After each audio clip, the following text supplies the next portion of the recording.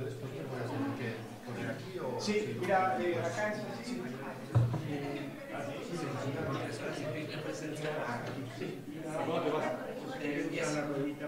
No sirve como puente porque es fondo blanco el tuyo.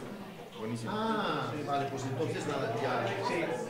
Ningún problema. Sí, Con la ruedita puedes avanzar, te hago una pequeña claro. Listo. Si soy suficientemente patoso, ok, ya aplica la rodilla. Perfecto. No voy a seleccionar esto.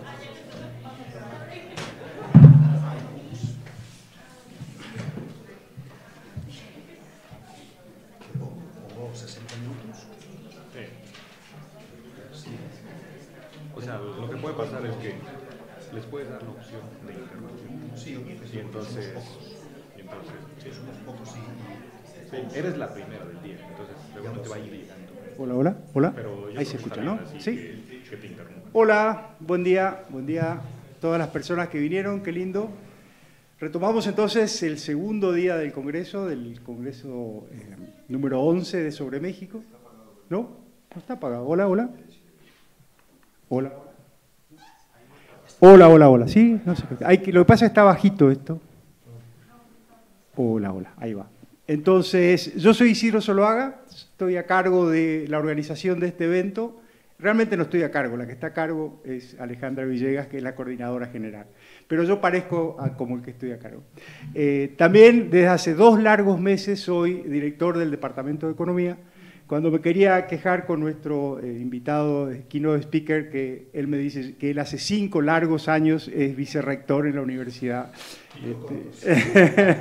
O 5 cortos. Hoy tenemos a nuestro orador principal, Javier Ramos Morilla, de la Universidad Autónoma de Barcelona.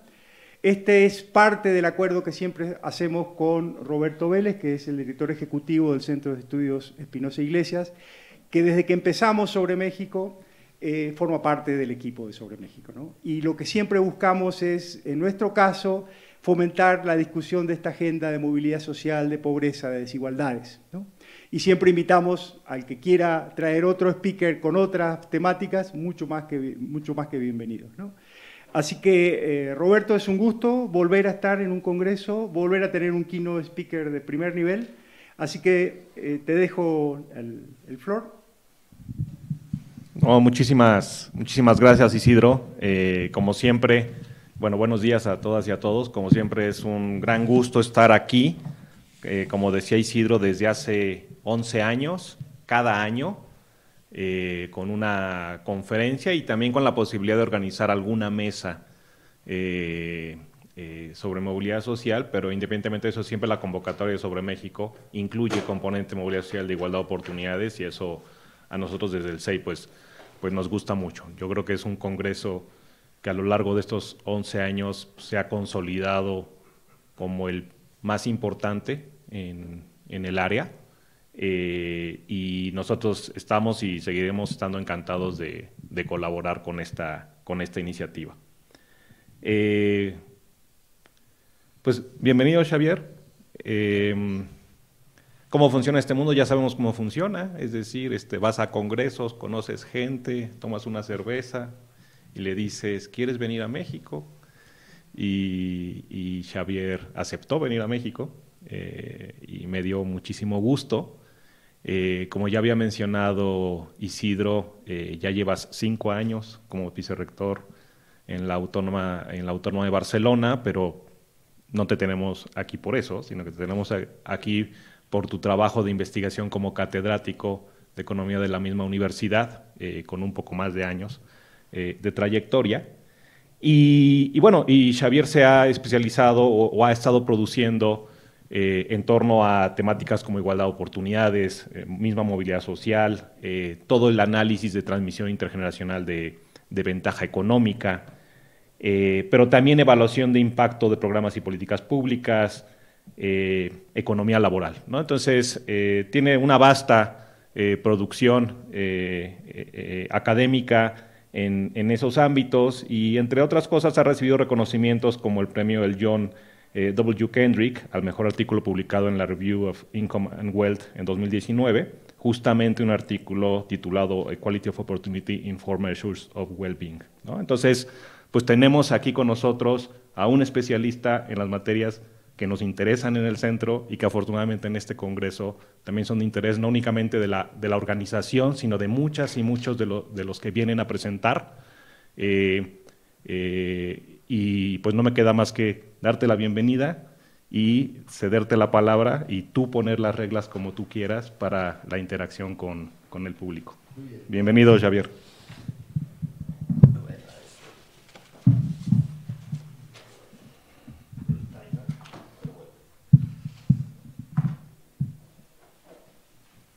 Buenos días. ¿Dónde está el volumen?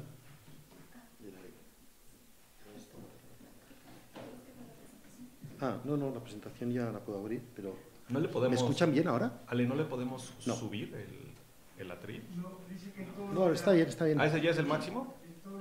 Okay. ¿Este es todo el volumen? No, me refería a la altura Quizás sí del me... atril. no, la altura del atril está bien. Vale. No, sí, lo que pasa es que no le da la altura y entonces se escucha lejos. No, pero sí... Ahí porque está. ¡Wow! Muy cerca. Si no se acopla, sí. No sé si se va a acoplar. No. ¿Mejor así? Sí. Fantástico. Pues buenos días y muchas gracias por venir a esta hora de la mañana a la primera sesión. Ante todo, es un placer estar aquí. Me da mucho gusto poder estar en esta conferencia. Me gustaría agradecer la invitación de Roberto y de los organizadores. La verdad es que especialista no sé, pero sí que llevo bastante tiempo trabajando y pensando en estos temas y me da gusto poder compartir con ustedes uno de los temas que sé que preocupan especialmente al CEI y a muchos de los investigadores que estáis hoy aquí.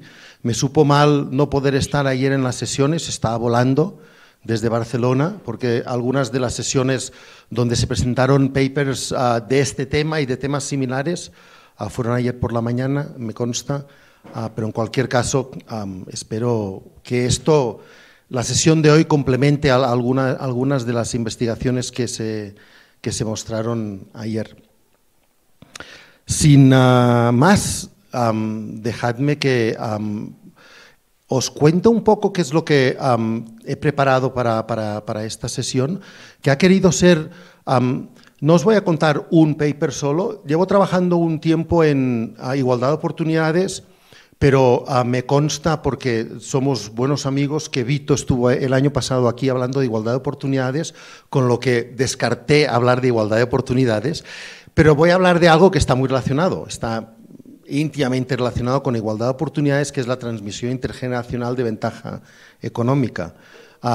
En estos temas llevo unos años trabajando con antiguos doctorandos míos que ahora están en Uruguay y que en un minuto les voy a decir quiénes son, y con datos uruguayos, que es los datos que utilizaré hoy para mostrar la evidencia que les voy a mostrar, en torno a la transmisión intergeneracional, no solo de ingresos, renta, que le llamamos nosotros, pero también de otras variables que son interesantes, importantes, pero menos estudiadas, por ejemplo, como los grupos de referencia. Hoy no les voy a contar nada de eso, pero tenemos un trabajo en el que intentamos medir también cuál es la transmisión intergeneracional de padres a hijos de los grupos de referencia, que después son los que van a determinar el comportamiento, las preferencias y los gustos de los hijos. Hoy me voy a centrar en otro aspecto, y para eso voy a beber de dos o tres estudios que estamos haciendo en torno a la movilidad intergeneracional y intentar explorar formas, estrategias para entender algunos de los mecanismos. Ya verán que lo que voy a ser capaz de responder es todo muy limitado, porque encontrar mecanismos fiables para identificar efectos en temas intergeneracionales es muy difícil, o al menos a mí me parece muy difícil. Hemos intentado avanzar en esa dirección, eso será la última parte de mi presentación. Entonces, el título de la presentación que le ofrecía a Roberto es un poco feo y un poco largo, pero me pareció que lo bueno del título era que era muy descriptivo, porque lo que intentaré es contarles, discúlpenme, pero las slides van a estar en inglés, porque todas las slides las tenía en inglés y estuve a punto de pedirle al ChatGPT que me las tradujera, pero pensé que no hacía falta, ¿no? Seguramente nos entenderíamos perfectamente con las slides y no tendría que utilizar el ChatGPT, que no me gusta demasiado. Les voy a presentar, como les decía, trabajo para medir la movilidad intergeneracional en países de renta media, renta baja, con los estándares que últimamente están utilizando los países más ricos, que son los países que tienen buenos registros administrativos y tienen buenas formas para vincular todos esos registros administrativos. Y de alguna forma lo que me motivó a presentar este tema fue que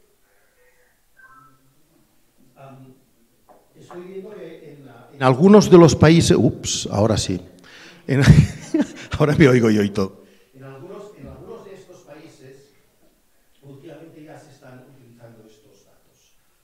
El nuestro es uno de los primeros estudios con este tipo de datos, pero también hay un estudio que les recomiendo mucho leer si les interesa el tema, con datos de Brasil, con gente de Bocconi, todos son brasileños, pero algunos de ellos están en Bocconi y algunos están en Pernambuco, que utilizan también datos de censo y de registros administrativos cruzados para estudiar la movilidad intergeneracional en Brasil. Haré referencia a este estudio porque los resultados que obtenemos son muy dispares entre los resultados brasileños y los que nosotros obtenemos en Uruguay. Creo que por motivos que se pueden entender, son dos economías totalmente distintas. Muy bien, pues ahí vamos. Depende del tiempo que utilice, voy a cubrir todo este outline, pero básicamente primero les voy a motivar un poco más el por qué he escogido este tema. Después les voy a contar qué datos y qué métodos utilizamos. Me voy a centrar bastante en los datos porque sé que en México, por ejemplo, aún no es posible empezar a cruzar datos administrativos. Bueno, quizá en un futuro inmediato o no muy lejano lo podemos hacer y me ha parecido interesante contarles un poco cómo lo hemos podido hacer en Uruguay. Y después voy a mostrarles resultados de todo este trabajo para Uruguay, de movilidad intergeneracional de ingresos. Si tengo tiempo, les voy a mostrar también movilidad intergeneracional de salarios, más que nada porque los salarios tenemos información distinta. Y finalmente voy a intentar explorar algunos mecanismos que puedan estar detrás de esta transmisión intergeneracional. Básicamente a pesar de que aquí todo el rato vean movilidad, lo que vamos a estudiar es persistencia, porque los estimadores principales lo que miden es la persistencia y la movilidad es uno menos esa persistencia. Pero básicamente voy a intentar entender de la forma más causal posible que algunos de los mecanismos que pueden haber detrás, explotando la pérdida de empleo en despidos masivos de los trabajadores, que son los padres, y qué efecto tiene eso al cabo de muchos años sobre sus hijos. Y es esa variabilidad supuestamente exógena que estamos explotando la que nos va a ayudar a entender de una forma un poco más causal cuáles son los mecanismos que hay detrás. Esa es un poco la idea de la presentación. Como les dije, de hecho, en este foro me parece que no hace falta motivar mucho por qué es importante la movilidad intergeneracional. Déjenme solo recordar que no solo es por motivos de equidad o de justicia distributiva, sino que hay motivos importantes, sobre todo en economías con mercados de capitales imperfectos, de eficiencia. Y esos son importantes, como mucha gente ya ha demostrado hace muchas décadas, Sam Bowles, Herbert Jenkins, entre otros. Con lo que estudiar movilidad intergeneracional también nos ayuda a tener mayores sendas de crecimiento. A pesar de ello, lo que sí que sabemos es que la movilidad intergeneracional en todos los países alrededor del mundo es limitada, como mucho. Los que tienen una mayor movilidad intergeneracional normalmente son los escandinavos, y los indicadores nos dicen que bueno, hay una cierta persistencia. Si nos vamos a los Estados Unidos o a Brasil, que es el estimador más grande que he visto yo con datos fiables administrativos, como les contaré luego, a un hijo cuyo padre está en el percentil 25, es decir, 25 más pobre, le cuesta 7 generaciones tener el mismo rango percentil de su cohorte que un hijo cuyos padres están en el percentil 75, es decir, está en el 25% más rico. Son muchas generaciones, es una persistencia muy, muy grande. Con lo que voy a intentar es motivar por qué es importante utilizar estos datos administrativos y cuáles son los principales problemas que nos encontramos cuando queremos utilizar esos mismos datos administrativos en un país donde las instituciones básicamente son distintas y donde podemos tener problemas distintos como estos países de rentas más bajas o rentas medias. Con lo que ya les dije que la charla iba a ir de esto, que iba a utilizar a todos Uruguay. Déjenme que les muestre cuáles han sido mis coautores en todos los trabajos que les voy a mostrar en el día de hoy. Martín Leites, de quien estábamos hablando hace un rato, que fue estudiante de doctorado mío, Tatiana Pérez, Cecilia Rodríguez, Sofía Santín y Joan Vilá, todos ellos de la Universidad de la República en Uruguay. Todos ellos han contribuido en la evidencia empírica y en la preparación de los datos que les voy a mostrar hoy. Como les decía, en los países más ricos normalmente utilizan datos administrativos y eso principalmente es por varias razones, pero tres de las razones principales es que puedes evitar sesgos, distintos sesgos relacionados, primero sesgos de measurement, es decir, errores en la medida de los ingresos. Obviamente en los datos administrativos los ingresos están mucho mejor recogidos. También tenemos sesgos de ciclo vital porque cuando tenemos información de encuestas, la edad en la que nosotros observamos a los padres y a los hijos acostumbra a ser limitada, si podemos observar a los padres y los hijos, y estos no corresiden. Este sería otro sesgo, porque cuando corresiden, entonces es una muestra autoseleccionada y por lo tanto los resultados no van a ser generalizables.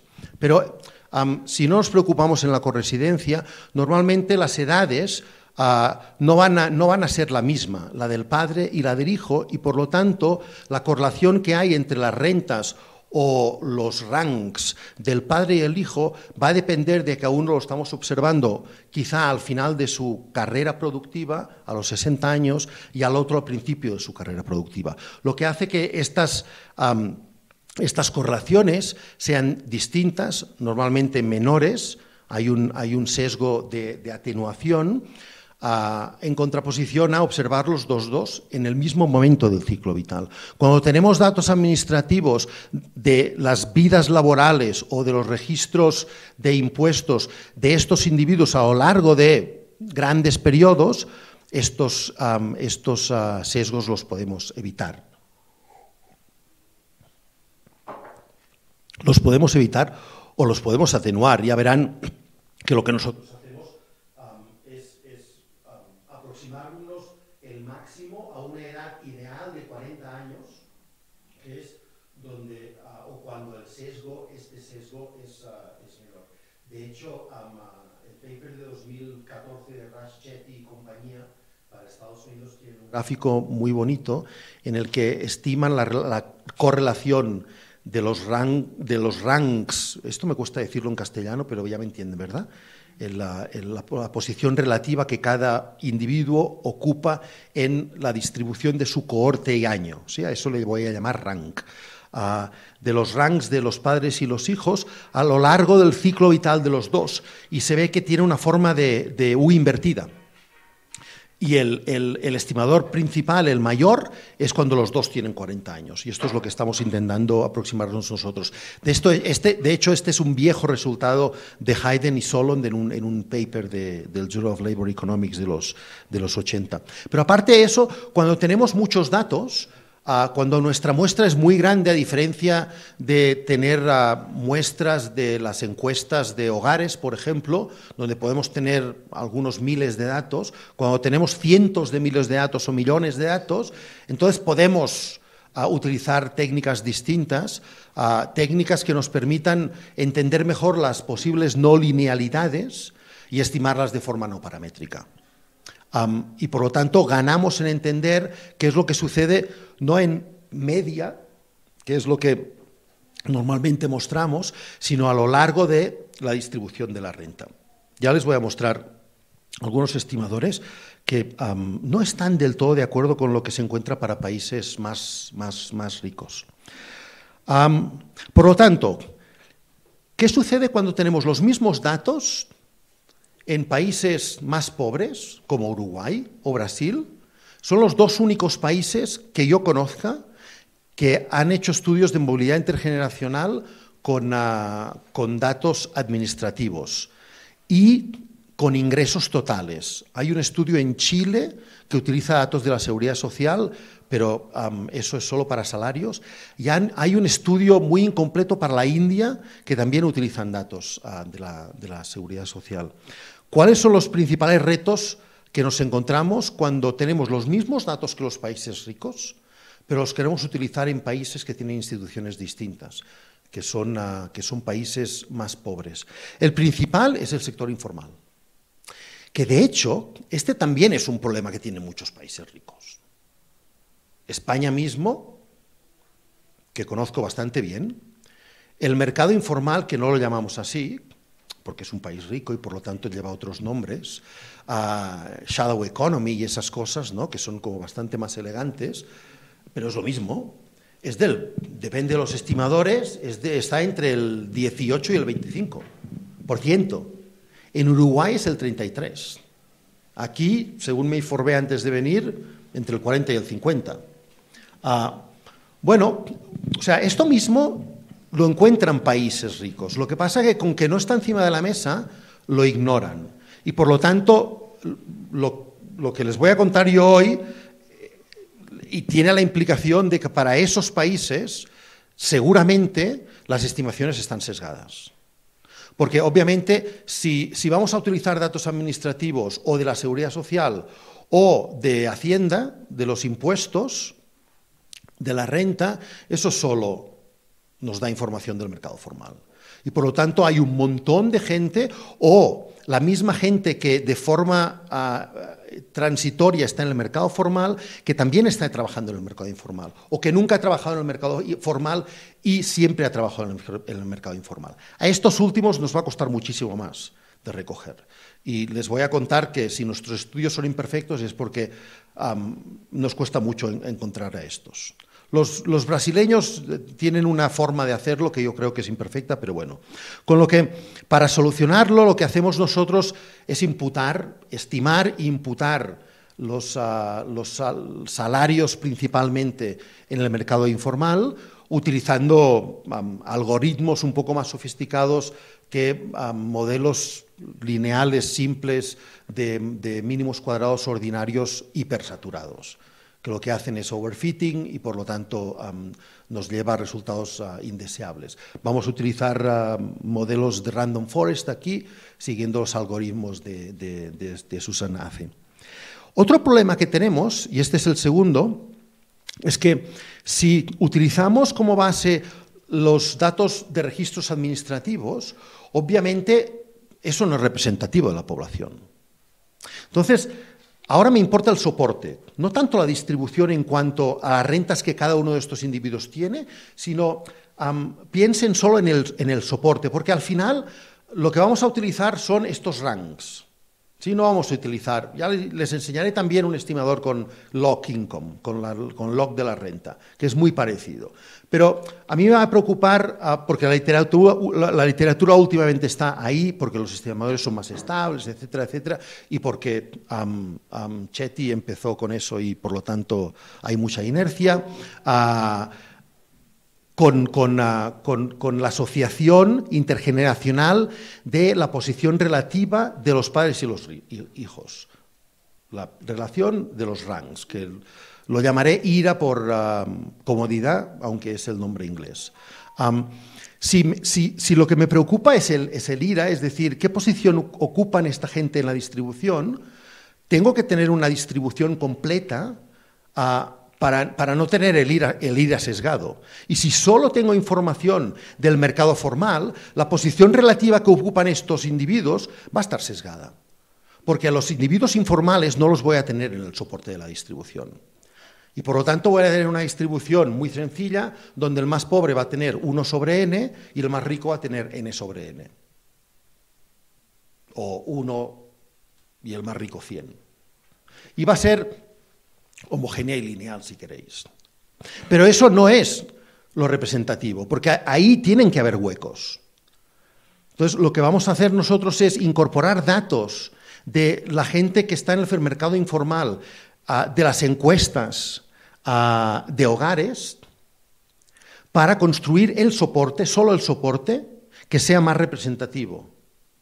Y estos individuos después no los vamos a poder utilizar para medir la movilidad intergeneracional, porque no los tenemos empareados con sus hijos. Nosotros solo tendremos empareados con los hijos aquellos cuyos datos estén en los registros administrativos. Pero al menos vamos a tener un soporte que es representativo. Y por lo tanto, el rank, la posición relativa de los padres y los hijos va a cambiar. ¿De acuerdo? Si no hiciéramos eso, el IRA cambiaría en un 5%. Que me dirán, bueno, quizá no es mucho. Esperen y vean. No, esperen y vean, porque cuando vamos a tener ciertos problemas, vamos a cambiar de opciones metodológicas, vamos a intentar entender la diferencia entre movilidad intergeneracional de ingresos o de salarios, y ahí el principal componente, por ejemplo, va a ser las rentas de capital. Es decir, de forma indirecta vamos a ver qué pasa con las rentas de capital, qué influencia tienen sobre la movilidad intergeneracional. Normalmente los efectos no son mucho más grandes que 5%, 5, 7, 10. Con lo que 5 tampoco no es tan pequeño. ¿Sí? Por eso les decía, esperen y vean. Y finalmente, lo que también vamos a hacer, y eso no le voy a dedicar nada de tiempo, se lo voy a mencionar aquí y después lo voy a ignorar, tuvimos suerte en Uruguay, porque en Uruguay emparejaron la gente de los datos administrativos con la gente, una submuestra de la gente de los datos administrativos con la gente de las encuestas. Con lo que sabemos qué es lo que dijo sobre su renta y sobre su salario en la encuesta el que después hizo una declaración de la renta determinada, o tenemos registros de la Seguridad Social. Y con estos individuos podemos aprender hasta qué punto hay misreportings, hay subdeclaración o sobredeclaración en distintas partes de la distribución. Y lo podemos corregir. Todos sabemos que en la cola alta de la distribución la gente normalmente subdeclara sus ingresos en las encuestas de hogares. Eso lo podemos ver comparando las encuestas con los datos administrativos, pero también vemos que sí es cierto que a lo largo de la distribución, bueno, no hay mucho sesgo, no hay mucha diferencia. En la parte baja también hay diferencias en la dirección opuesta. Aprendiendo de ese estudio, que de hecho es un estudio de de Flasher con Nora Lustig y con, se me fue el nombre, ¿quién es esta? Con Andrea Vigorito, de la Universidad de la República. Utilizando su estudio podemos corregir las rentas formales y cuando imputamos las rentas informales corregirlas también por este pequeño sesgo. Si no lo hiciéramos, el IRA diferiría en un 3%. ¿Sí? Muy bien, esto de hecho me parece que esto no lo ha podido hacer nadie, ni en países ricos ni en países más pobres, porque el estudio esto es muy singular y muy particular. Muy bien, por lo tanto, vamos a enfrentar estos, sobre todo, dos problemas, porque el último ya les dije que simplemente se lo cuento para que sepan toda la parte metodológica que hay detrás del estudio. Déjenme contarles ahora qué datos tenemos, cómo los vamos a combinar y qué métodos utilizaremos. Y lo que les voy a contar ahora es todo muy estándar, ¿sí? De hecho, supongo que uno tiene que tener cierta suerte para poder hacer este tipo de estudios tan complejos en datos. Aparte de la suerte que tuvimos, que les conté antes, de que hay una muestra que está emparejada entre los datos administrativos y los datos de encuesta, también tuvimos suerte que en Uruguay hubo una reforma muy importante de la seguridad social, el seguro de salud, y gracias a esa reforma emparejaron padres e hijos. Y con los datos de la seguridad social, por lo tanto, tenemos una parte muy importante del universo emparejado entre padres e hijos, solo una parte. Una primera preocupación que podrían tener es, bueno, quizá con que solo observáis a los individuos que están en esos registros de la seguridad social, que no son los registros de la seguridad social que recogen el ingreso o los salarios de la gente, sino los beneficios que reciben. Es el Banco de Previsión Social. No es la seguridad social dicha. Ahí encontramos a toda la gente que recibe o el Conditional Cash Transfer, el PANES, que le llaman en Uruguay, que es similar a su Progresa o Oportunidades, que reciben todos los subsidios del Estado o esta ayuda a la salud, este seguro de salud. Esta muestra podría estar sesgada y no lo está, es representativa de los datos administrativos, no de todo el universo. ¿Sí? Y ahí voy a ser muy cuidadoso a la hora de referirme a las dos muestras, porque el problema principal lo tenemos con el mercado informal. Tenemos información de casi 40 años, desde 1980 a 2018, y estos registros contienen 3 millones de observaciones. Es fantástico. En un país pequeñísimo como es Uruguay, que me parece que tiene, ¿qué?, 7 millones de habitantes, y un poco más de la mitad de ellos son hijos. Me van a permitir que sea políticamente incorrecto y esto está hoy en día aquello muy mirado, y que diga hijos cuando debería decir hijos e hijas o descendientes. Pero uno tiene su edad y la capacidad de adaptación, sobre todo cuando está concentrado en otras cosas, es baja. Por lo tanto, déjenme excusarme ex ante. Muy bien. Con estos vínculos de padres e hijos, nos vamos a los datos de registros, que los podemos identificar con las células individuales, y por lo tanto lo que hacemos es emparejar a los padres y a los hijos con las rentas. ¿Sí? Los datos del Banco de Previsión Social nos sirven para hacer el emparejamiento y después lo trasladamos a los datos administrativos de los impuestos. Y de ahí tenemos nuestra muestra, que solo observamos en una ventana de 8 años, 2009 y 2018, y tenemos muestras que son representativas del empleo formal o de los salarios formales, de las cohortes, es decir, de la cohorte de padres y de la cohorte de hijos para cada uno de los años. ¿De acuerdo? Vamos a trabajar de forma separada por cohortes y para cada uno de estos años.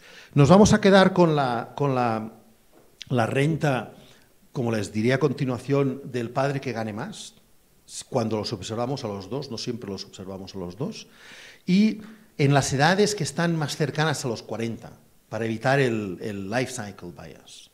¿De acuerdo? Y por eso vamos a quedarnos con los hijos de 20 a 39. Casi todos los resultados que les voy a mostrar son de los hijos de 30 a 39, y después les voy a mostrar solo un estimador para que vean cuánto cambia el IRA cuando utilizamos a los hijos más jóvenes y no a los hijos que están alrededor de los 40, y a los padres entre 45 y 65, pero siempre que podamos en esta ventana vamos a coger las rentas que están cercanas a la edad de 40 años. De esta forma tendremos hijos cercanos a los 40 y padres cercanos a los 40, ¿de acuerdo? Y nuestros datos tampoco no son tan ricos o tan abundantes como para solo coger aquellos que tienen exactamente la misma edad. Tenemos una sobrerepresentación de madres, y eso también lo verán en algunas tablas, que sobre todo se explica por las cohortes más viejas, las nacidas antes de 1950, con un poco de suerte el assortative mating del que hablaba Martín en su presentación nos va a ayudar a que el efecto no sea tan grande como sería de otra forma. ¿Qué hacemos con la renta? ¿Cómo la definimos? Definimos la renta total como la suma de todos los componentes de forma habitual, los salarios formales, los informales, la renta de capital con todos sus ingredientes y las pensiones, todo antes de impuestos. La renta formal, es decir, todos los elementos de renta, componentes de renta menos la informal, los sacamos, los recogemos de las declaraciones de la renta. Y donde hay un poco más de acción es en la imputación de las rentas informales. ¿Qué hacemos ahí? Hemos hecho un montón de cosas y mi sorpresa ha sido que los resultados son relativamente estables. Y aún estoy intentando entender por qué, siguiendo algunas metodologías que no les voy a contar aquí, encontramos resultados relativamente estables. Les voy a enseñar, sobre todo los resultados que les voy a enseñar principalmente, están hechas con esta imputación de Random Forest. Pero con que también me interesaba mirar qué sucedía cuando estás en una situación o estamos en una situación que no tenemos la riqueza de datos que tenemos nosotros, en países donde no puede haber esta riqueza de datos. También les voy a mostrar estimadores con datos mucho más sencillos, sobre todo que donde no tenemos características socioeconómicas de los individuos, que de hecho es un rasgo de muchos registros de la Seguridad Social. Una ventaja de los registros es que te da información muy precisa, normalmente de la variable de interés, que son las rentas, que tienes muestras representativas y muy grandes, pero una principal desventaja en relación a las encuestas es que la riqueza de información que tienes sobre estos individuos es muy poca. Y por lo tanto, cuando tenemos que imputar, por ejemplo, pues bueno, estas imputaciones son muy imperfectas, porque tenemos muy poca información sobre ello.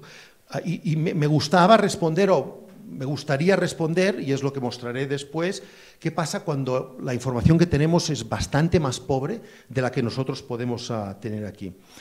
Como les dije, utilizamos estos métodos de Random Forest, que es un algoritmo de Machine Learning supervisado, y lo que hacemos es entrenarlos en las encuestas y después hacer out of sample prediction en nuestros datos administrativos. Con eso prevenimos el overfitting, que resultaría de un modelo de mínimos cuadrados ordinarios supersaturados. Por lo tanto, lo que acabamos obteniendo es mejores predicciones, pero bueno, supongo que con un modelo supersaturado de OLS la historia no sería muy distinta.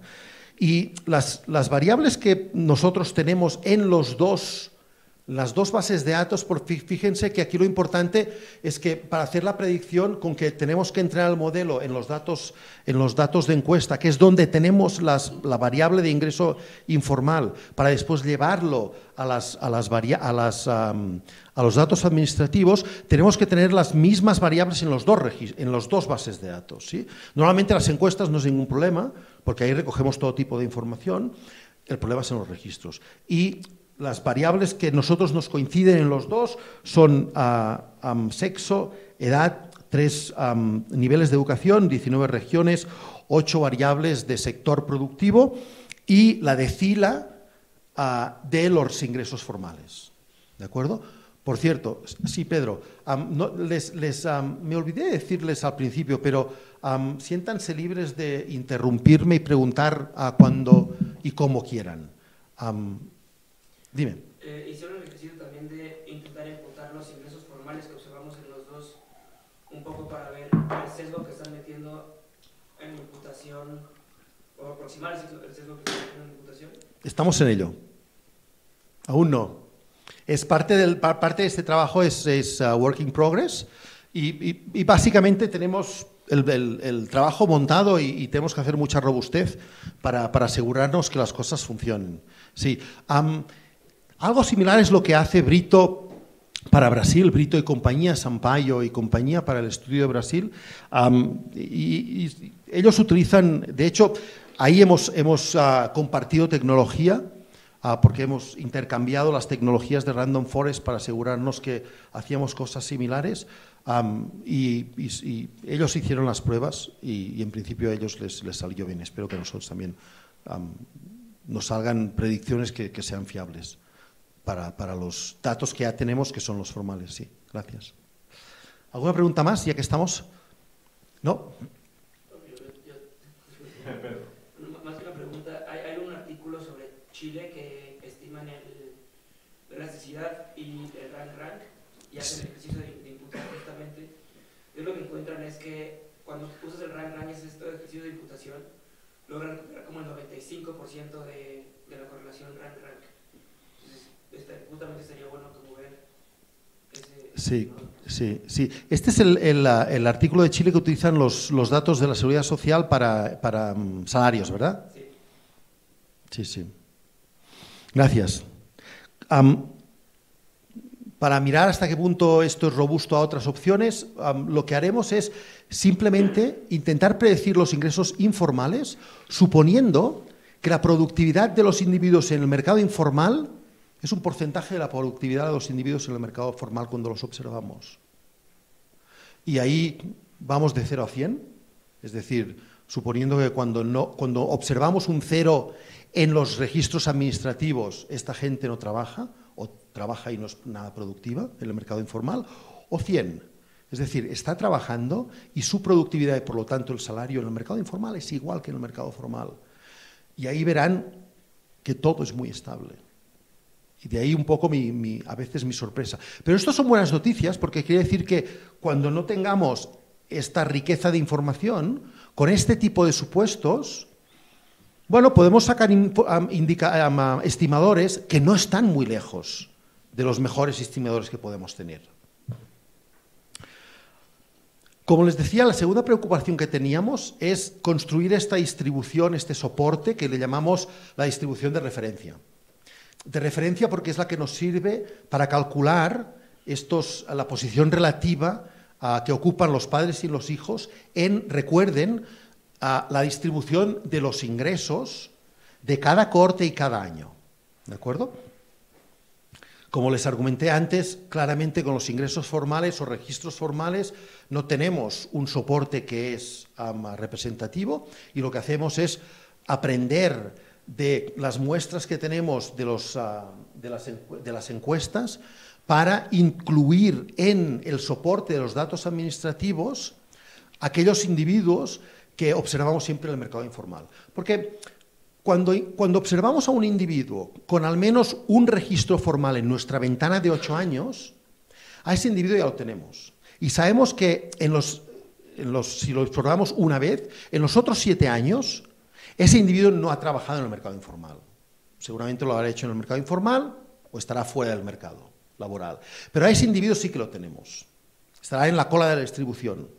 Pero a ese lo tenemos. Los que no tenemos son los que no observamos nunca en el mercado informal durante esta ventana de 8 años. ¿Sí? Con estos no podremos contar a la hora de estimar el rank, la correlación entre rank. Pero sí que podemos corregir para estimar los ranks de la gente de la forma más fiable posible. Y esto es lo que estamos intentando hacer aquí. ¿De acuerdo? Los introducimos en la distribución y esto mueve el rank de los demás, normalmente hacia la cola alta de la distribución, y incrementa nuestra muestra en un 25%. O sea, el efecto no es baladí, no es menor. Y lo único que utilizamos nosotros es el rank. A partir de aquí es el rank de los individuos que observamos en el mercado formal. ¿De acuerdo? Sí. Y el 25% es una cantidad importante. Dado que hay estos individuos no saben de su movilidad, ni siquiera en rangos, y dado que los rangos son una variable acotada, ¿se podría hacer alguna especie de bounds, de partial identification bounds, de dónde quedaría la elasticidad intergeneracional, dado que a la hora de estimar el modelo no los van a contar? Supongo que sí. ¿Estás pensando en los Lee bounds? No, estoy pensando en Mansky bounds. En Mansky bounds, sí. Sí. Hay ese trabajo de Stoye que... No lo hemos pensado, ¿no? Hay trabajos que hacen bounds en mobility indices, los cuales es más fácil cuando la variable es acotada. Sí. Si es ingreso, puede pues ser entonces distinto, sí. pero aquí son rangos. Sí, exactamente. Y tienes 25%, entonces eso te va, el que sea 25% de la población te quiere decir que no te va a mover tanto la elasticidad intertemporal. Sí. Y el que esté acotada te permite matemáticamente resolver el problema. Sí. No hemos mirado, ¿no? Gracias. Sí, muchas gracias. Después hablamos. Gracias. Muy bien, entonces, ¿cuál va a ser nuestra variable principal de interés?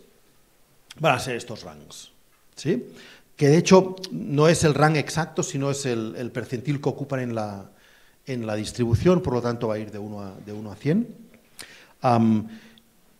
Lo que hacemos es utilizar las medias de los ingresos más cercanos a los 40 años para reducir transitoriedad. Es una práctica habitual en la literatura. Y como les dije, nos vamos a concentrar en estos hijos de entre 30 y 40 años. Muy bien. ¿Cómo medimos la movilidad? Déjenme que me salte esta gráfica un momento. Sí. Tú tienes la distribución. Sí. Tienes hoyos ahí. Sí. Hablamos de estos informales que no están en los registros administrativos. Pero también hablamos de las encuestas y de los problemas de subdeclaración o de otro tipo. En las escalas, ¿cómo corregimos las escalas de la subdeclaración? ¿O no lo hacemos? ¿Tú lo estás haciendo sobre la posición o sobre el ingreso? Corregimos tanto como podemos la escala al principio de todo.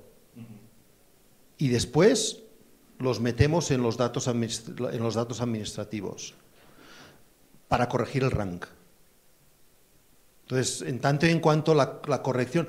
A ver, la corrección del ingreso informal es proporcional, porque nosotros, del ejercicio ese que compara a los mismos individuos en las encuestas y en los datos administrativos, de ese registro solo podemos aprender cuán subdeclaran o sobredeclaran en datos formales. Porque la única información que tenemos en los dos bases de datos son los datos formales. En los registros administrativos no tenemos datos informales. Entonces, lo que suponemos es que si observamos una sobredeclaración de un 5% y observamos datos informales en las encuestas, el dato informal está sobredeclarado en la misma proporción que el dato informal. Eso sí. Porque si no, no lo podríamos llevar y no tenemos ninguna información para hacer otra cosa. Sí que hemos probado aquello de cambiar esto un poquito, pero no cambia nada. ¿Sí? Pero de los datos informales no tenemos información para corregirlos. Lo que no les he contado y es importante, porque no estoy tan súper familiarizado con las encuestas de hogares de países que no sean europeos o anglosajones. En la encuesta de Uruguay, los individuos reportan el ingreso formal de forma separada del ingreso informal. Con lo que ahí podemos identificar muy bien cuál es el ingreso informal de los individuos y cuál es el ingreso formal de los individuos. No lo tenemos que imputar o estimar de una declaración de cuál es tu ingreso en general. ¿Sí? Y esto también nos ayuda a tener estimaciones bastante más precisas. Pues, como les decía, lo que vamos a hacer es estimar una ecuación muy sencilla, que es la estándar, donde en la izquierda variable independiente tenemos el rank de los descendientes y esto queremos saber cuánto varía en relación al rank de los padres, el RP. ¿De acuerdo? Nuestro parámetro de interés va a ser esta beta, que cuando estos son ranks, esto es la asociación intergeneracional de ranks, y por lo tanto lo podremos leer de forma lineal. Vamos a controlar por sexo y edad de los padres y los hijos, y no vamos a incluir nada más. Cuando tenemos el log de los ingresos, esta beta es una elasticidad intergeneracional y por lo tanto lo leeremos, lo interpretaremos como porcentaje de variación de unos con respecto a los otros. ¿Sí? El IRA, de hecho, es una combinación entre la correlación de estos ranks, que es como los que estéis más familiarizados con las historias estadísticas, la cópula, es decir, independientemente de las distribuciones marginales, cómo cambian las ordenaciones de los hijos y los padres en las distintas distribuciones de una forma pura, que no está contaminada por las marginales. Esto en la movilidad intrageneracional dentro de una generación, normalmente lo llamamos la movilidad de intercambio, ¿de acuerdo? Y esto está de alguna forma ponderado por la relación de la dispersión que hay en las distribuciones marginales de los padres y los hijos. Ahí tenemos las desviaciones estándar, en este caso de los percentílos de los hijos, dividido por la desviación de estándar de la cohorte de los padres. ¿Sí? Y esto, de hecho, lo he escrito aquí de forma explícita porque fíjense que en los estudios de los países ricos, el término entre la relación de la dispersión, si estamos hablando de ranks que van de 1 a 100, esto es 1. Y por lo tanto, no existe. Y en el artículo de Chetty, ellos argumentan que de alguna forma, utilizando rank, están recogiendo de forma más genuina esta correlación, porque solo recogen efectivamente la correlación entre los dos ranks. Cuando tenemos ingreso o log de ingreso, la distribución de los padres y los hijos puede tener una desviación estándar distinta y lo que vamos a obtener en nuestra intergenerational elasticity, que es esta beta de aquí, va a depender de hasta qué punto las distribuciones de las rentas de los hijos y las distribuciones de las rentas de los padres tienen una desigualdad muy dispar o no, muy distinta o no. ¿De acuerdo? Aparte, en rank nunca vas a tener divergencia. En log incomes puedes tener Exactamente. Mi punto aquí, o si les enseño esto, es porque nosotros, con que estamos utilizando la distribución de referencia, sí que vamos a tener distribuciones distintas. Porque nuestra distribución de ranks no es lineal y homogénea, como pasa en los países ricos. Y como deberían corregir en los países ricos que tienen mercados informales, aunque los llamen shadow economy. ¿Sí? Como van a ver, los resultados que sacamos nosotros cuando utilizamos renta o rank son muy similares y de hecho cuando miramos qué pasa con las desviaciones estándar y la correlación, lo que acaba pasando es que todo es muy similar cuando utilizamos renta o cuando utilizamos ranks. Por lo tanto, es muy robusto. ¿Sí?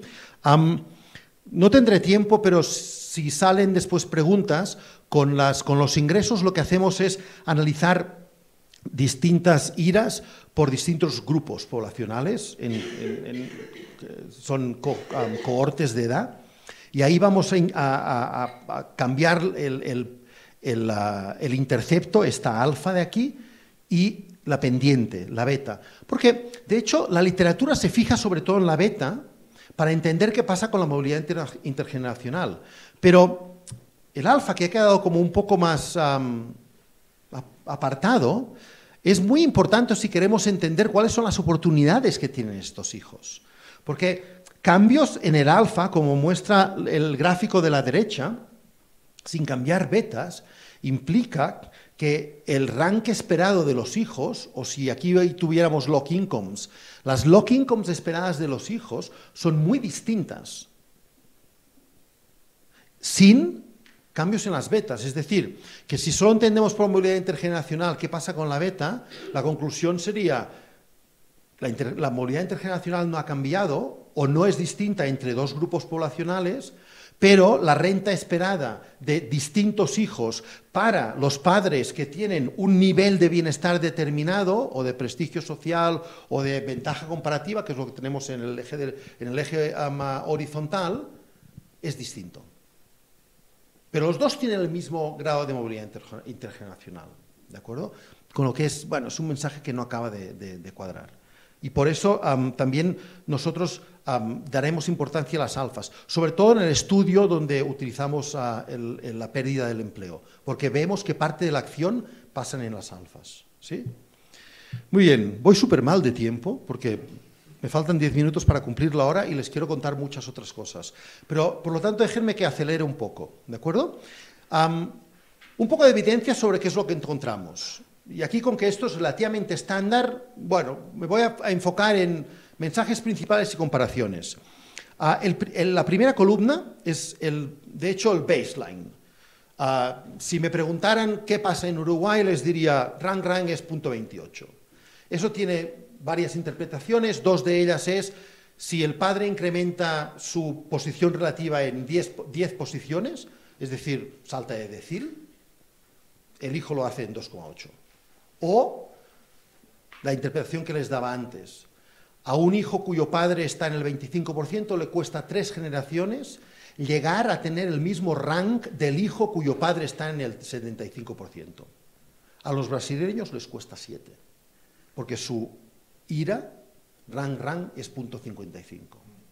¿Sí? ¿Cómo se compara con otros estimadores que utilizan los mismos datos y la misma metodología? Con Europa está en la parte como superior, porque los países donde la movilidad es menor y por lo tanto la persistencia es mayor, es más o menos 0,24, 0,25, y están Italia, Alemania y otros, el 0,19 son escandinavos, pero con países más anglosajones, Estados Unidos, y estos son los resultados de Raschet y compañía, Hendren y Emmanuel Saez, y con Brasil se compara bien, ¿sí? Con los indicadores del paper de Chile es difícil compararlo porque ellos utilizan salarios y por lo tanto tendríamos que ir a la tercera columna, ¿de acuerdo? Y ahí no se compara tan mal, ¿sí? Sí, por favor. Este tipo de afirmación, por ejemplo, de que le tomaría 3 generaciones a un niño de una familia. Sí. Sí, lo siento. Sí, quise ir muy rápido. Estamos suponiendo que la dinámica aquí está gobernada por un modelo autorregresivo de orden 1. O sea, si yo utilizo un modelo muy sencillo de autorregresivo de orden 1, le cuesta 7, bueno, en el caso de Uruguay, 3 generaciones. Y por cierto, bueno, desde una perspectiva un tanto más amplia, no es tan mal, ¿no? O sea, no es un desastre, ¿no? Todo depende. Comparativamente. Comparativamente con Brasil es fantástico. Con Escandinavia es un desastre. Sí. Y bueno, y las instituciones están ahí, ¿eh? Están a medio camino. ¿Perdón? Con Sudán, con Etiopía. Claro, no tenemos... Sí, no tenemos estimaciones para esos países, pero sí, supongo que sería mucho peor. Sí. Fíjense en el life cycle bias que les decía antes. No hemos calculado para cada una de las edades, pero cuando en vez de utilizar los chicos, los hijos de 30 a 39, utilizamos 20 a 29, se reduce a la mitad, que es mucho. ¿Sí? Y esto es lo que encuentran, por cierto, todos los otros artículos. Es decir, esta gran reducción es normal. O sea, el life cycle bias es muy importante tenerlo en cuenta. Porque si cogemos a padres e hijos que tienen distintas edades y están en momentos distintos del ciclo vital, vamos a encontrar correlaciones que son mucho más débiles. ¿Sí? En términos de ingresos, bueno, las correlaciones son más pequeñas, bueno, pero son eso, un 7% más pequeñas. Y ahí es cuando les decía antes, esperen y vean, porque no corregir por todos aquellos problemas metodológicos que tenemos al principio, por ejemplo, la distribución de referencia, recuerden que nos reduce el estimador en un 5%. Esto nos lo reduce en un 7%.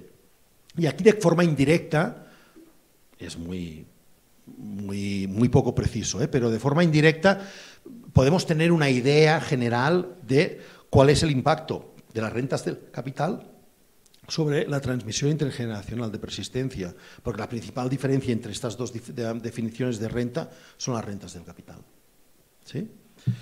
Con que la persistencia de actitudes, de valores y la transmisión intergeneracional, sabemos de otras literaturas que el género es muy importante y todas las cosas que nos importan en economía se acostumbran a transmitir dentro del mismo género de una forma más fuerte que entre géneros, de padres a hijos.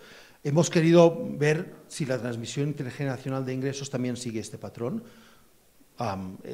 Los estudios que tenemos, bueno, los resultados es que a veces sigue este patrón, pero no siempre. Y lo que encontramos es lo que uno, supongo que hasta cierto punto podría esperar. El primer resultado, y les pediré que comparen la columna de la izquierda de todo, que es el baseline, punto 28, con las dos siguientes. Ahí tenemos a los hijos, independientemente del género, del sexo de los padres, y a las hijas, independientemente del género de los padres, del sexo de los padres, ¿de acuerdo? Con lo que ahí estamos simplemente mirando el efecto del sexo de los hijos. Vemos que las hijas tienen mayor persistencia. ¿Sí?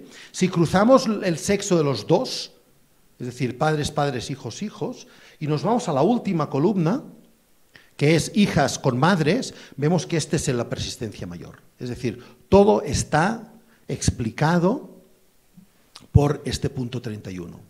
El punto 30 está explicado por el punto 31, porque la persistencia que se cruza en género de los hijos a las madres es mucho más débil. En el caso de los padres también sucede, respetando el sexo, es decir, los hijos tienen una persistencia mayor, pero esta persistencia mayor no es tan grande como la persistencia que muestran las hijas con las madres. Y esto es lo que explica que cuando lo agregamos todo, la persistencia de las hijas sea mayor que la persistencia de los hijos. Ahora vengo.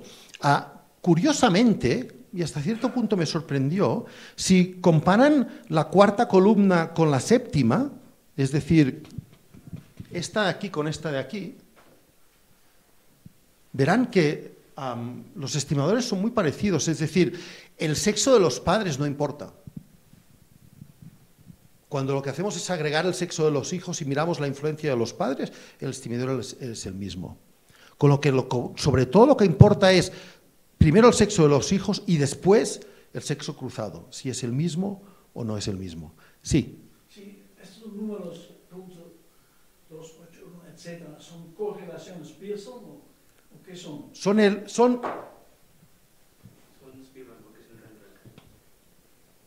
Son esto de aquí, es la correlación de los ranks.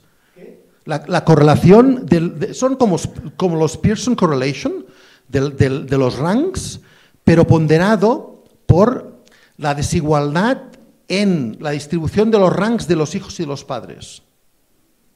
Es muy parecido a la correlación simple, porque las distribuciones de los hijos y de los padres tienen una dispersión de los ranks bastante parecido. ¿Sí? O sea, es casi. Gracias. Es muy similar. ¿Qué pasa cuando no tenemos todas estas variables independientes para hacer esta imputación tan rica que hemos hecho con Random Forest? Y estamos suponiendo que el ingreso informal es un porcentaje del ingreso formal cuando no lo observamos.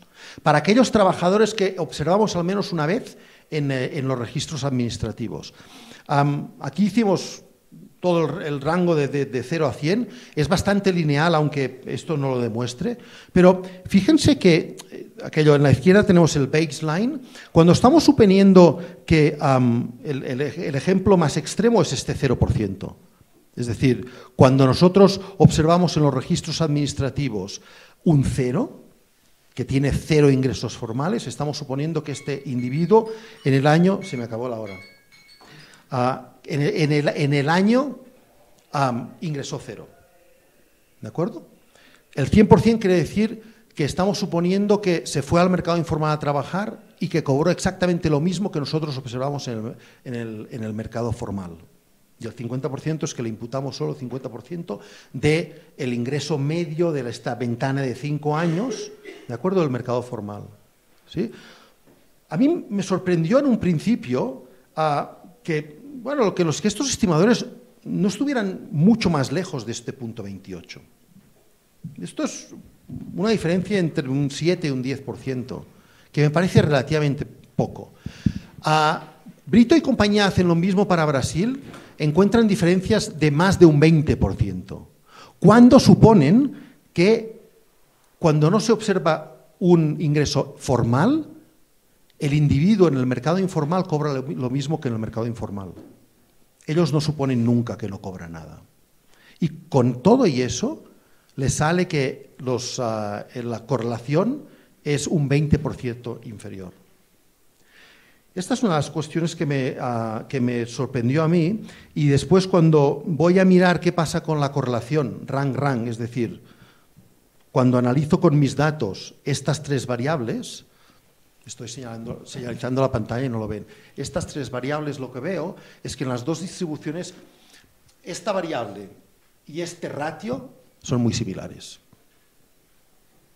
O sea, si quiero explicar la no distancia, la no disparidad de mis estimadores de forma mecánica, con el coeficiente y el ratio, lo que encuentro es que el ratio es muy similar, no las disparidades, pero el ratio es muy similar y que la correlación es muy similar. Si te parece, lo que hacemos es, sigues, ¿sí?, y seguimos comentando con la gente. Perfecto. Hasta Gracias. donde lleguemos, ¿vale? Déjenme solo que les cuente. La última cosa que les enseño sobre ingresos informales son las no linealidades. Normalmente lo que encontramos... No, déjenme primero que les cuente lo que encontramos aquí. La línea más sólida es el 28%. Ahí este punto 28. Es parametric y sin ningún tipo de variación. ¿Sí? La línea de abajo es la no paramétrica y las otras 2 son paramétricas, una con splines, y las splines, los nodos de las splines están definidas donde tienen barras verticales, es decir, en el percentil 10, 25, 50, 75 y 90, y la otra es por grupos definidos de otra forma distinta. ¿De acuerdo? Lo que me gustaría destacar es, por un lado, que este patrón es un poco distinto a lo que encontramos en la mayoría de los países ricos. En la mayoría de los países ricos lo que encontramos es que en el 80% del soporte es lineal y solo en el 10% superior la persistencia es mucho mayor, por ejemplo, y por lo tanto esta pendiente tendría que ser mucho mayor. Y en el 10%, 15, a veces 20% inferior, la pendiente es muy plana. Y por lo tanto hay un grado de movilidad muy grande. ¿Sí?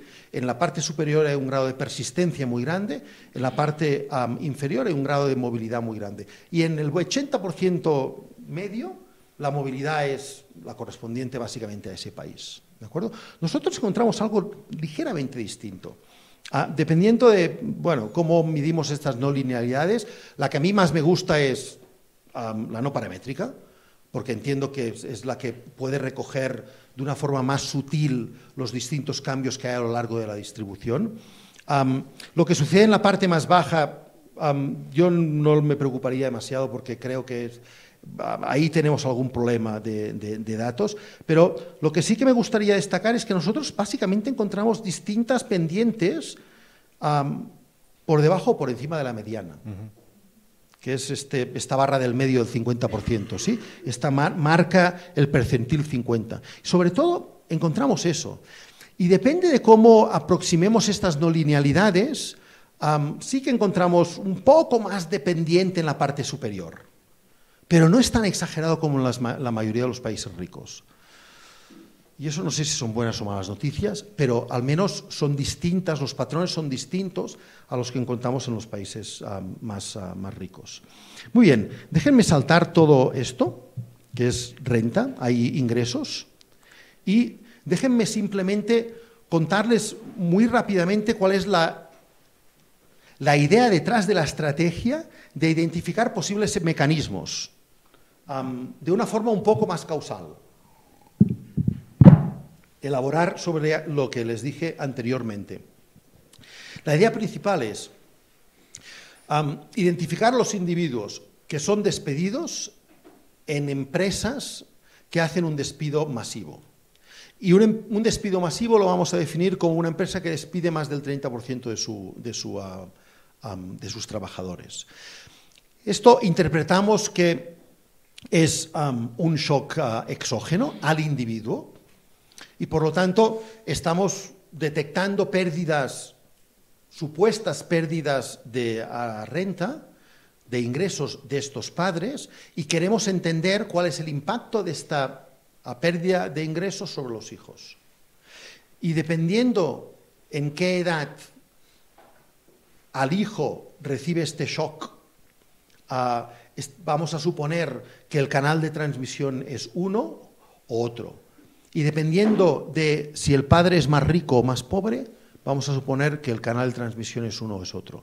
Básicamente lo que estamos intentando explorar aquí es como la reducción de ingresos es supuestamente exógeno, las condiciones innatas de las familias y la transmisión de las características innatas de las familias, en principio, no les debería preocupar. Que eso es lo que nos podría introducir sesgo en un estudio cuyo diseño no tuviera esta variabilidad supuestamente exógena. ¿De acuerdo? Después vamos a intentar recoger dos mecanismos adicionales. Por un lado,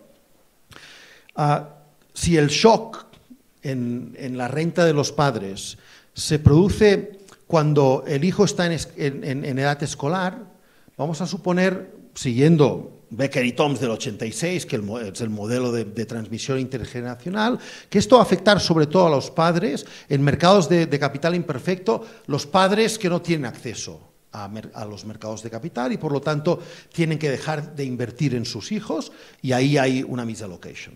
¿Sí? Volvemos a la ineficiencia del principio.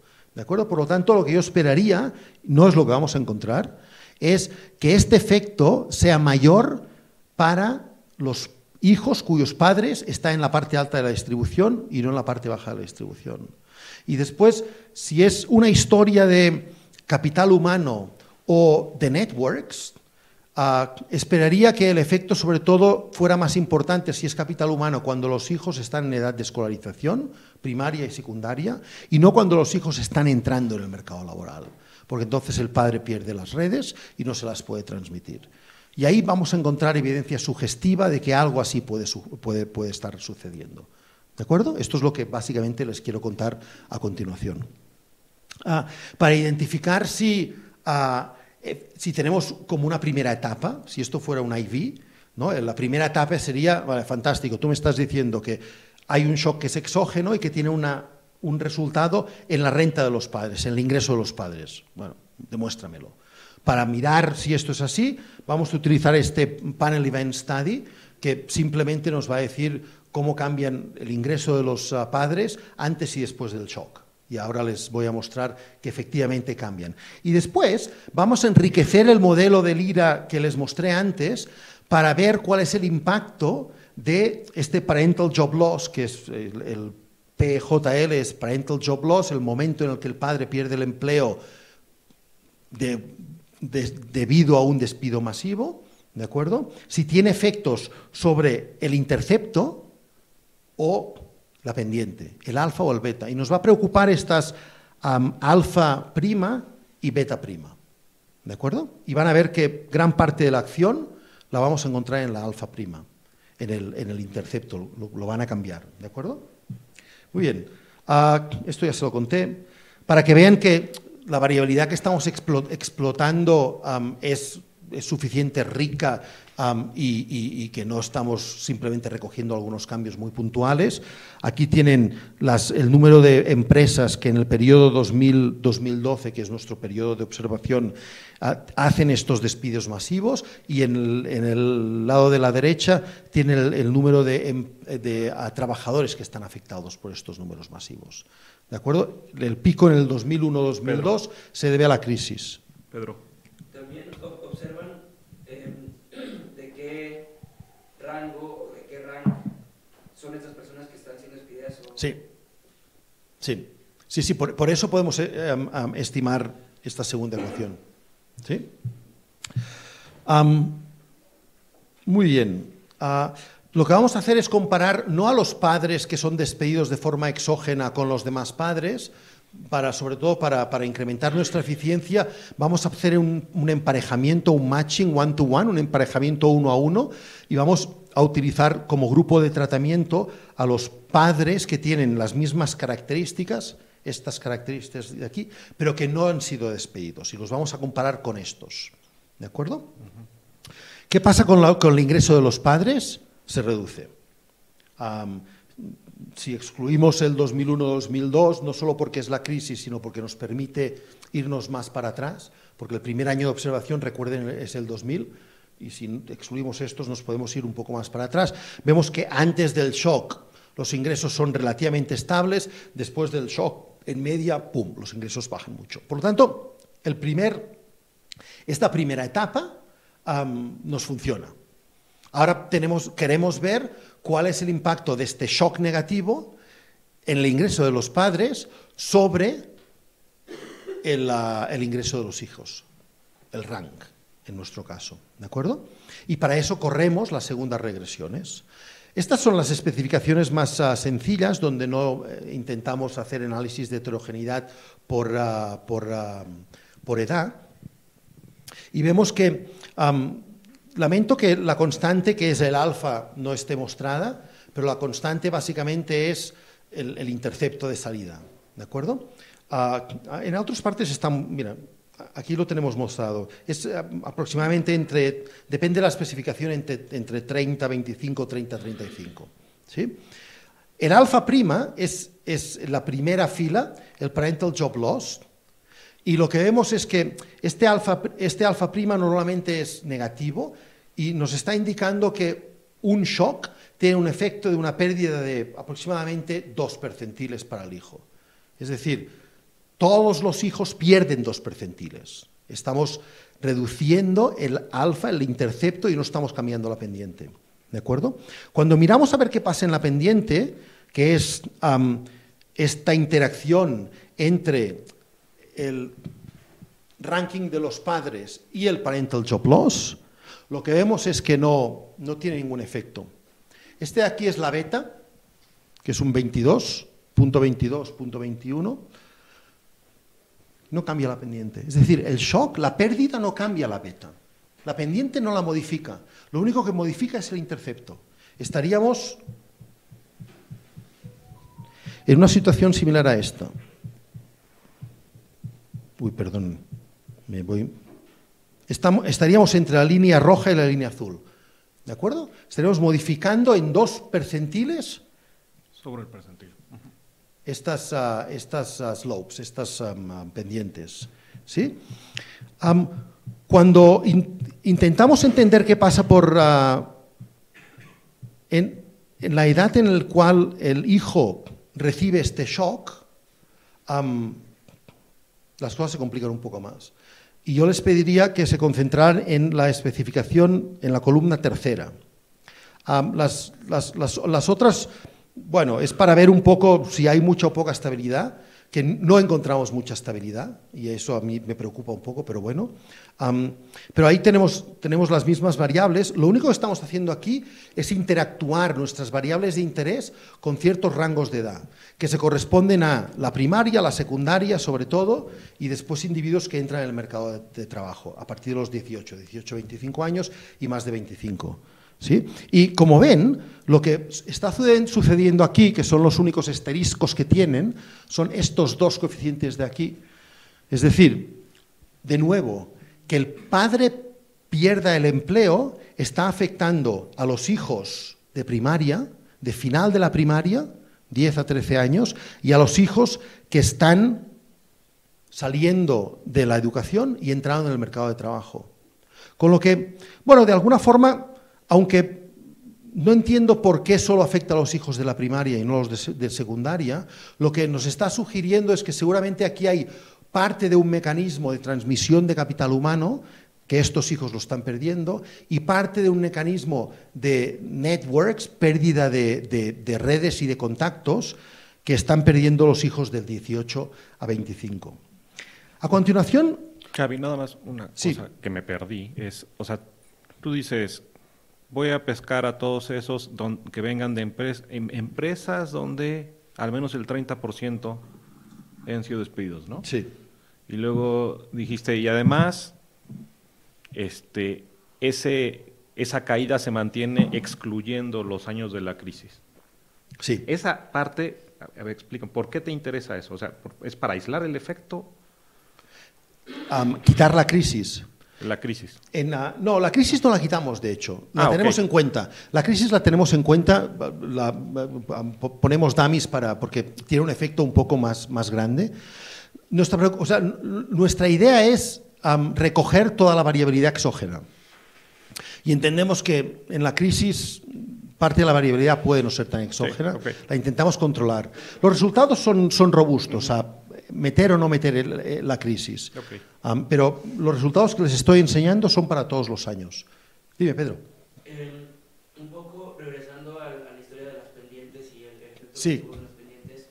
Si comparamos, por ejemplo, la primera columna con la 4, ¿sí? En donde utilizamos más bien el rank del padre antes del evento y el rank del padre, el promedio, perdón. Exactamente. Vemos que más bien todo viene si nos estamos fijando en el rank antes del padre, ¿no?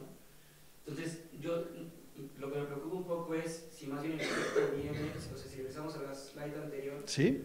Si el efecto viene de estar utilizando el rank antes del evento, y no tanto, o sea, si viéramos el cambio en el rank también. Yo tengo las mismas dudas que tú. Porque fíjense que de hecho, este es el resultado que menos me gusta y que menos puedo explicar. El rank prevent, aquí lo introducimos como un control. Es decir, no quiere recoger la beta, porque es como hay mucho ruido aquí. Y lo único que queremos es que cuando estamos estimando las alfas, estas alfas sean para hijos cuyos padres tienen el mismo rank. ¿De acuerdo? De alguna forma, paramétricamente estamos haciendo eso. Estamos comparando y estamos teniendo en cuenta que no todos los padres tienen el mismo rank. ¿Sí? Y esto es como me gustaría interpretar este parental rank aquí. El otro es la media de los 5 años. Esto es nuestra medida de bienestar económico del padre y por eso las betas yo las entiendo como los estimadores de estas variables. ¿Sí? Y tienes razón que entonces cuando vamos a analizar la heterogeneidad, cuando metemos las medias, se lo llevan todo. Todos se lo llevan. Y aún no entiendo por qué. Porque si se fijan en la última columna, ahí no hay nada significativo. Lo único significativo es cuál es la beta de tu padre. Y no importa nada más. Y por lo tanto, las conclusiones que tendríamos que sacar de la última columna es, no importa. No importa la edad en la que el hijo reciba el shock. Da lo mismo. Y por lo tanto, no hay evidencia ni que haya mecanismos de transmisión de capital humano ni pérdidas de redes. Sí. Hicieron el ejercicio de observar, por ejemplo, cuántos ranks pierde el padre después del evento y el efecto que tiene esa pérdida de ranks. Porque me puedo imaginar que, por ejemplo, una persona que estaba en el 10º decil tiene también una red de seguridad que a la hora de perder su trabajo no pierde tanto ingreso porque consigue trabajo muy rápido, Vale. o por cualquier otra razón, mientras que uno que está más abajo no. Mi director de tesis, que fue Stephen Jenkins, me dijo, en los seminarios te pueden hacer 2 tipos de preguntas, 3 tipos de preguntas. Las malas, las buenas y las muy buenas. Las malas son las preguntas para las que no tienes respuesta. Las buenas son las preguntas para las que tienes respuesta. Las muy buenas son las preguntas para las que tienes una respuesta y una slide. Tu pregunta es buenísima, Pedro. De hecho, a raíz de un artículo muy reciente, que es Working Paper de Hanushek, que analiza el efecto de la pérdida de empleo de los padres sobre los propios padres, Hanushek lo que hace es analizar, hasta aquí todo ha sido en media, ¿sí? Y esto también es en media. Es decir, en media los padres pierden, vale, pero no todos pierden. De hecho, Hanushek, que analiza con datos alemanes del German Socioeconomic Panel, lo que se da cuenta es que hay padres que no solo no pierden, sino que ganan. Hay padres que tenían un mismatch antes en el empleo anterior y que por razones de stickiness, de que las cosas son rígidas, se quedaron atrapados ahí y cuando reciben el shock liberatorio de que los despiden y rompen con ese mismatch, el siguiente que encuentran es mucho mejor que el anterior. Y por lo tanto, para algunos padres, tener ese shock que en principio debería ser negativo tiene efectos positivos sobre sus salarios a continuación, ¿sí? Y un poco siguiendo aquello Hanushek, lo que hicimos es mirar si encontramos heterogeneidad ahí, ¿sí? Hay heterogeneidad y la tabla que les muestro es el porcentaje de pérdida de los distintos quintiles. El quintil es sobre la distribución de pérdida de los padres, de los salarios de los padres, ¿sí? Con lo que el primero claramente pierden mucho, pero los que están en el último quintil, en media ganan. Casi nada, pero en media ganan, ¿sí? Y hay algunos que ganan mucho, ¿de acuerdo? Lo que les voy a enseñar ahora es que el efecto sobre todo lo encontramos en los quintiles 3 y 4. Es decir, no los que pierden muchísimo, ahí encontramos algún efecto, pero los que pierden un poco, los que están como en el margen, ¿sí? Ya, ahí aún tenemos que pensar exactamente qué quiere decir eso, investigando más cosas como las que tú has dicho, ¿sí? Pero básicamente, bueno, ya vieron un poco lo que les decía, estas son las distribuciones, es decir, hay gente, miren el cero, hay gente que está por la derecha del cero, la línea vertical es la media, ¿de acuerdo? Esto es la distribución de pérdida, 1 año, 2 años, 3 años y 4 años después del shock. ¿Sí? Y para mostrar que de hecho hay variabilidad, ¿sí? Estamos explotando esta variabilidad y cuando lo hacemos, y aquí les pediría que se fueran a la última columna de todas, que estamos interactuando simplemente los quintiles de pérdida, ¿de acuerdo?, con esas alfas y esas betas, ¿de acuerdo? Y ven que, ¿dónde está la acción básicamente? En las alfas, la acción sobre todo está en los que pierden más. Los hijos cuyos padres pierden más, salen más afectados, ven su alfa reducida en 4,3. Y después, que de hecho es bastante en relación a este 4,3, son los hijos cuyos padres pierden relativamente poco. Fíjense que el Q3 y el Q4 pierden en media 2,16 y nada. Sí, 0, básicamente, ¿sí? Estos son los que pierden más. Y no sé hasta qué punto esto quiere decir que son los que tenían más margen y son los que ven que las opciones que habían tomado no las pueden seguir tomando y por lo tanto tienen que tomar otras opciones. En Uruguay, por ejemplo, yo mandaba a un hijo a la escuela privada y ya no la puedo mandar. El hijo hacía una extraescolar, eso tenía un refuerzo y ya no me lo puedo permitir. Y quizás son esos los márgenes que están actuando aquí. Y otros márgenes que pensaríamos que son importantes a la hora de entender que este efecto debería ser lineal, que ex ante es lo que esperaba yo. Yo esperaba efectos lineales, monotónicos. Lineales no, monotónicos. Crecientes o decrecientes, pero monotónicos, y no me los he encontrado. Y quizá ahí detrás está, lo que pasa es que no tenemos datos sobre la escolarización de los hijos y no vamos a poder entenderlo demasiado, pero bueno. Aquí lo que también entendemos, lo que también vemos es que para los quintiles 3 y 4, la persistencia se incrementa al mismo tiempo. Es decir, estos están doblemente afectados de forma negativa. La persistencia se incrementa, la pendiente se incrementa y el intercepto baja. ¿Sí? Con que estos salen perjudicados, si quieren, doblemente. ¿De acuerdo? Ya estamos ahí, Xavi. Y básicamente esto es todo lo que les quería contar. Muchísimas gracias por su atención. No, al contrario. Muchísimas gracias a ti. Llegamos justo a tiempo. Estaba preocupado, Xavi, porque había mucho tiempo y nos quedó 1 minuto. No, pero muchísimas gracias. Nos dejas muchas cosas para pensar. La primera es por qué no tenemos acceso a datos administrativos, pero bueno, eso no está en nuestras manos resolverlo. A lo mejor hay. Pero bueno, lo segundo, todo el planteamiento, la manera de pensar, la solución a los problemas metodológicos, esto último que preguntaba Pedro, para lo cual tenías una slide, me encanta, sobre todo que estamos cerrando, no, estamos justamente cumpliendo 30 años de nuestra última, bueno, no es la última, pero digamos de nuestra gran crisis, 94-95, y justo estamos cerrando un libro sobre eso, y creo que abandonamos muy rápido la encuesta. Ahora me llevo varias ideas para retomar, pero acabamos haciendo un análisis cualitativo, ¿no?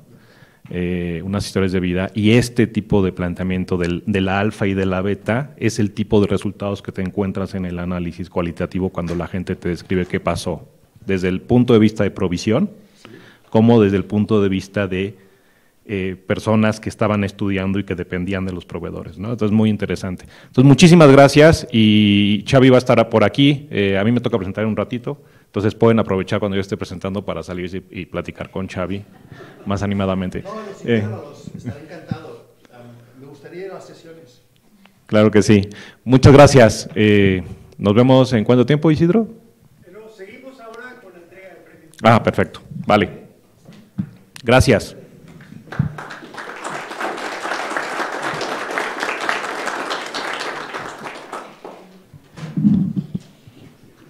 Hola, sí. Muchas gracias. Gracias a ustedes.